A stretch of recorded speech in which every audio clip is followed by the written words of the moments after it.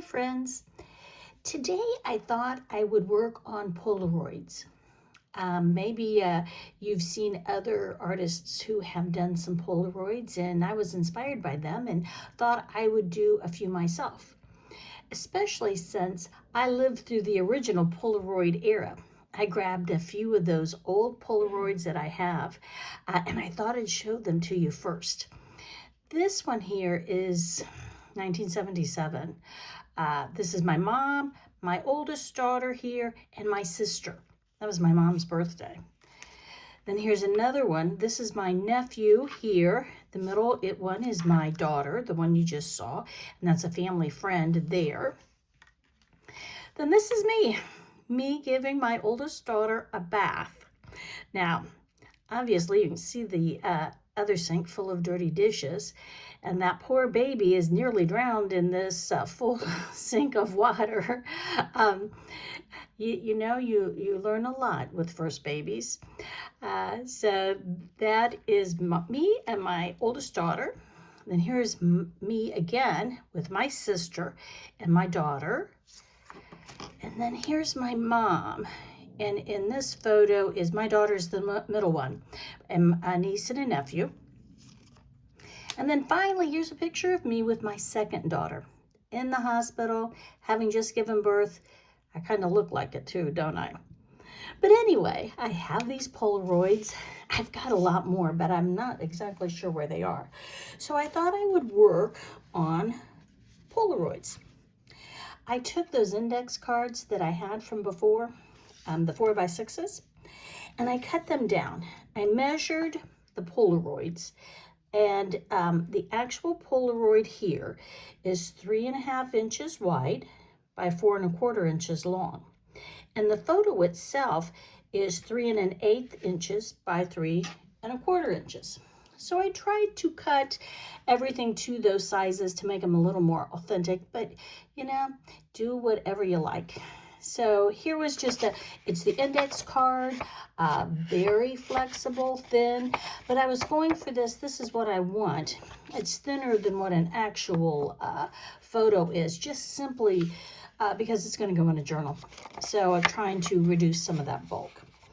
But so I used 4x6 index cards, cut them down to this size, and then printed out some photos. And I used photos that I have right now. So these are current, and I chose this photo because that's this daughter.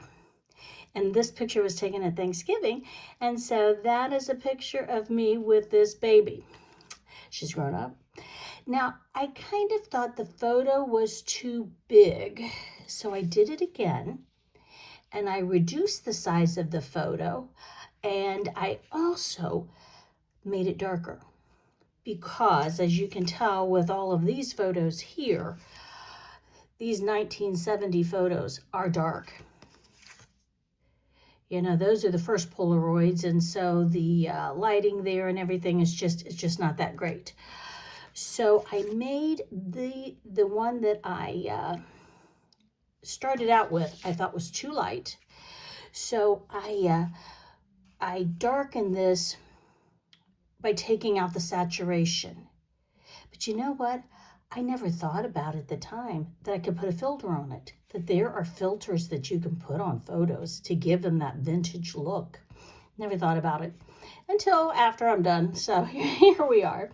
But this one I'm really pleased with. Looks like a Polaroid with that extra margin down here at the bottom. When I did cut this out, I did ink around the photo with some black ink. Just ran the ink along the photo just to give it some definition, get rid of that raw paper look. And I'm real pleased with the way that one turned out. That one looks really nice. Now here's another one, and those are my grandkids from Halloween this last year. This one was taken just a couple of days ago with my other two daughters. We were at a coffee house, and those are my other two daughters. Here's our group. We were all together this last summer, and here's our group. And believe it or not, I even darkened this to try to take some of the color out of it. That's how vibrant that photo was. And then here are These pictures are from Boston. This is the Old North Church. We were on vacation this last summer and stopped there. But as you can see, this was the original photo I printed, wanted it darker.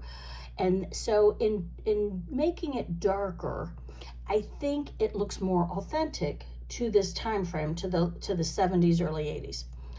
But you know what? You can do whatever you want to. Like I say, when I saw this one, I just decided to try to make it darker and smaller. The one thing I do notice too is that, generally speaking, back in the 70s and 80s, we didn't take such close-ups. We were much further away when we took pictures. As you can see, you're just much further away.